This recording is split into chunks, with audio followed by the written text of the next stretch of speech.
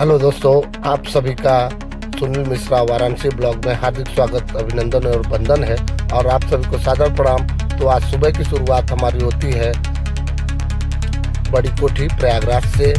और प्रयागराज हम आए हुए हैं अपने गेस्ट को लेके। तो बड़ी कोठी के हम नज़ारे देख रहे हैं और हमारे गेस्ट अभी होटल के अंदर हैं। इनका टाइम सीन स्टार्ट होगा।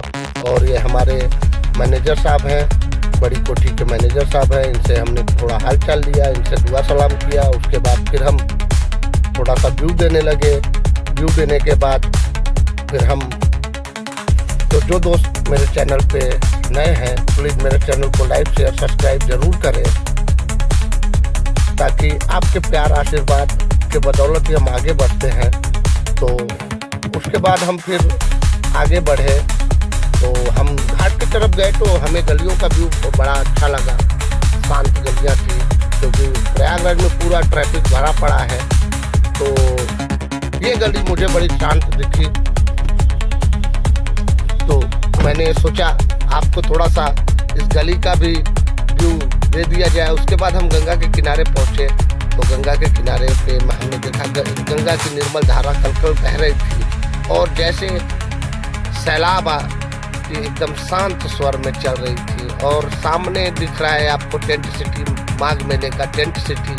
और सारे श्रद्धालु दर्शनार्थी हमारे सनातन धर्म के जितने भी नागा साधु सन्यासी हैं, सब लोगों ने आके यहाँ रैन बसेरा किया हुआ है।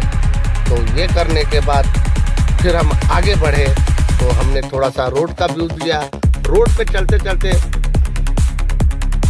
चलते जा रहे थे तो सामने के नज़ारे में देने के लिए, लेकिन थोड़ी सी रोड पे आज सुबह खिली धूप होने की वजह से थोड़ी सी खूबसूरत लगी, अच्छा लग रहा था, बड़ा खुशनुमा मौसम था।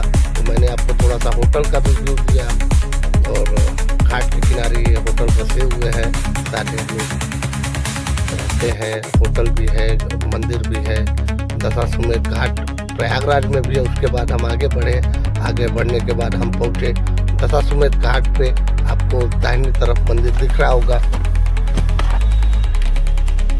तो वहाँ से बढ़ने के बाद हम फिर आगे पहुँचे चौराहे पे। चौराहे पे ये बचपन की याद आ गई देख के, ये खिलौने और बचपन की यादें ताज़ा हो गई। और बचपन की यादें ताज़ा करते करते हम धीरे धीरे आगे बढ़े। तो हमने देखा बहुत सारे श्रद्धालु बड़े खुश दिल से, खुशी मन से आगे बढ़ रहे थे। फिर हम आगे बढ़े तो हमने देखा कि यहाँ पे भी इतना जगह नहीं है कि आदमी आ जा पाए। और धक्का मुक्की बहुत ज़्यादा नहीं थी, लेकिन अरेंजमेंट बहुत ही बढ़िया था, बहुत ही तगड़ा अरेंजमेंट था। प्रयागराज के प्रशासन ने पूरा अंडर कंट्रोल रखा था। तो इसके वजह से थोड़ी सी दिक्कत हुई नहीं, ना ही परेशानी हुई। सारे श्रद्धालु आते रहे और आराम से स्नान करके जाते रहे। तो आने जाने के बाद फिर हम आगे बढ़े तो हमारे ये फिर से वही चक्री घूमने वाला दिखने लगा। तो हमने थोड़ा सा उसका व्यू लेने की कोशिश की। और व्यू लेने के बाद हम आगे बढ़ते गए। हमारी कार आगे पार्किंग में खड़ी थी। तो हम पैदल ही आगे बढ़ते रहे। बढ़ते हमने देखा बहुत सारे लोग थक गए हैं, तो डिवाइडर पे बैठ गए। फिर उसके बाद फिर हम आए गलियों में जगन्नाथ मंदिर के पास।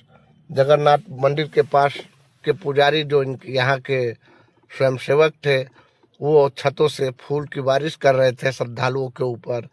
तो ये सीन देख के मुझे बड़ा आनंद हुआ, बड़ा आनंद फील हुआ कि आज भी लोगों के दिलों में श्रद्धा भरी पड़ी है।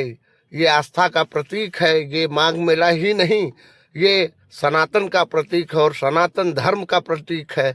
और ये ऊपर से गुलाब की पंखुड़ियों को बिखेर रहे थे। तो मैंने भी एक लपक लिया बाबा जगन्नाथ का प्रसाद समझ के और उसको अपने पर्स में रखा, ताकि आप लोग के आशीर्वाद से आगे बढ़ पाऊँ। और ये ऊपर से पुष्प की वर्षा हो रही है। और फिर हम आगे बढ़े, फिर गए बड़ी कोठी के अंदर ये जेल बना हुआ था। और ये पुराना जेल बड़ी कोठी के अंदर बना हुआ था, ऑलरेडी बना हुआ है, अभी स्टिल अलाइव है। तो आप इसका व्यू देख सकते हैं कोठी के अंदर, क्योंकि पहले के राजा महाराजा जब अपने कैदियों को या पकड़ते थे तो पहले यहीं प्रताड़ित करते थे। उसके बाद फिर मैं आगे देखा, फिर वही बचपन की यादें ताज़ा करती हुई, माँ से जिद करते हुए मम्मी खरीद दो, मम्मी खरीद दो। फिर उसके बाद हम एटलीस्ट वापस आए। थकान बहुत ज़्यादा हो गई घूमते घूमते, थोड़े से शॉर्ट वीडियो भी मैंने डाल रखे थे। तो घूमते घूमते एकदम पूरी तरह से हम थक गए थे, क्योंकि आप लोगों को व्यू देने के लिए हम थोड़ी सी मेहनत होती है। उसके बाद फिर हम थोड़ा सो रेस्ट किए, उसके बाद शाम को फिर हम निकले। तो शाम का व्यू कितना खूबसूरत था वो मैं आपको बता नहीं सकता। जो मेरे साथी बंधु दोस्त सखा जो आ नहीं पाए माघ मेले में प्रयागराज, उनको थोड़ी सी झलक देने की मैंने कोशिश की। तो थोड़ा सा व्यू देख लीजिए। रात में प्रयागराज कितना खूबसूरत लगता है। ये आपका पुराना प्रयागराज है, दारानगर एरिया है। और सामने माँ सरस्वती की प्रतिमा लगी हुई है, माँ गंगा की प्रतिमा है। और जो ज़्यादा लाइटें दिख रही हैं वो आपका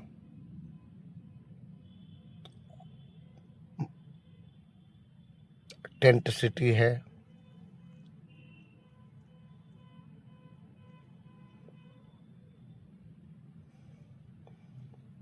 गंगा के उस पार बसा हुआ टेंट सिटी है। तो अभी हम प्रयागराज के दशाश्वमेध घाट पे हैं और हमने वहाँ से आपको व्यू दिया है। थोड़े व्यू का एंजॉय कीजिए आप।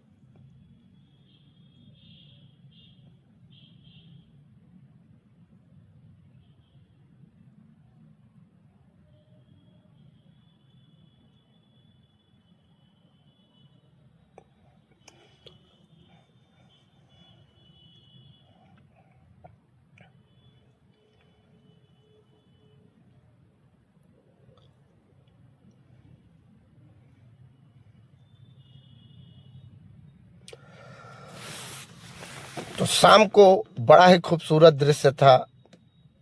हर तरफ चकाचौंध वाली लाइटें जल रही थी।